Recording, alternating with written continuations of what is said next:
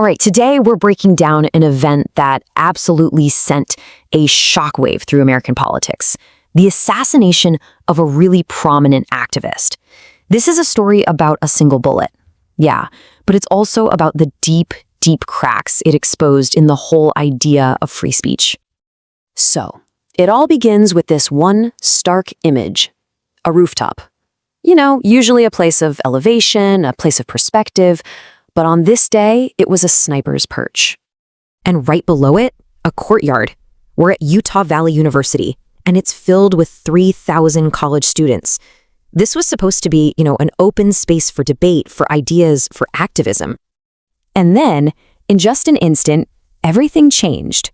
At 12:23 p.m. on September 10th, 2025, a single shot echoed across that courtyard, and a voice was silenced.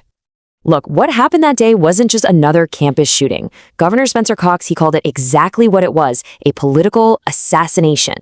This sent a tremor, a real tremor, through American public life. It was just this violent collision of speech, security, and a whole lot of suspicion. So to really get the sheer impact of this act, you first have to understand the target, right? Who was this voice that was silenced? Charlie Kirk. He was just 31 years old. He was the co-founder of Turning Point USA, and he had built this massive, youth-driven conservative movement. The guy wielded real influence, speaking at rallies all across the country on his American Comeback tour. There's really no doubt about it. He was one of the loudest, most prominent conservative voices of his generation. So in the immediate aftermath, all that chaos, it gives way to a massive, nationwide manhunt for the killer. And the timeline here is it's crucial. Get this: at 12:21 p.m., in a moment of just bitter irony, Kirk was answering a student's question about gun violence. 2 minutes later, just 2 minutes, that's when the shot rang out. Footage then shows a figure in black dropping from a roof and just vanishing. The authorities knew right away this was a targeted attack. So the shooter vanishes, but not without leaving a trace. Investigators, they find a high-powered Mauser rifle wrapped up in a towel on the roof of the Lucy Student Success Center. And that's not all. They also recovered footprints, palm prints, and the spent rifle casings. Basically, all the crucial puzzle pieces they needed to start the hunt.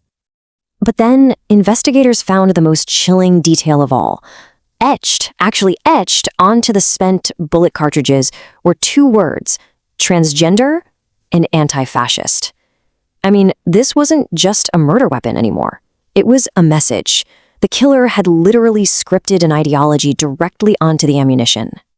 Eventually, a suspect was indicted for premeditated murder, a 22-year-old named Tyler Robinson. And yet the full motive, the real story behind those etched words, that remains sealed from the public. So while we know the who, the complete why, that's still a mystery. Okay, this leads to the next big question, right? How could something like this possibly happen in a public space surrounded by law enforcement? Well, the answer, it lies in a cascade of security failures. 6. Just 6. That's the total number of campus officers that were assigned to protect Charlie Kirk and a crowd of 3,000 people. 6. The security gaps here were just staggering.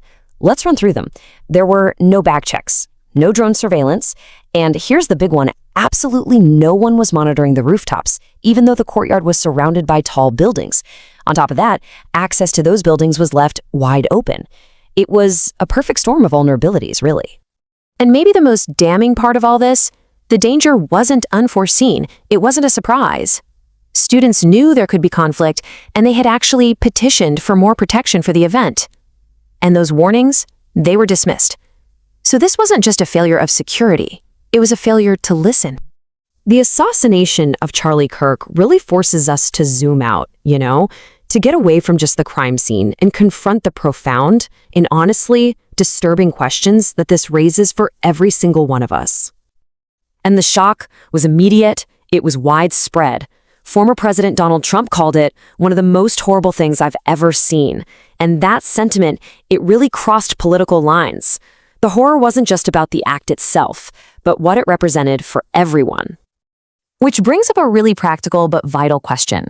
When political speech draws credible threats, who pays for protection? Seriously, who is responsible? Is it the university, the event organizers, or should taxpayers have to foot the bill just to secure public debate? But there's an even more profound question here, isn't there? When ideology turns into a weapon, when beliefs are literally etched onto bullets, can any public speech really be considered safe anymore? And ultimately, that's the real stake here. If speakers become targets and stages become crosshairs, what is the cost to democracy itself? The price isn't just one life, it's the chilling effect that silences countless other voices out of fear. At the end of the day, this whole event is a warning shot. And it's not just for one side of the political aisle either. It's for everyone, left, right, and center, who still believes that our differences should be settled through debate, not destruction. Which brings us right back to where we started. A rooftop, a microphone, a single moment in a sunny courtyard that violently redefined the risks of speaking your mind in public, and it left a haunting question echoing in the silence. Who will be the next target?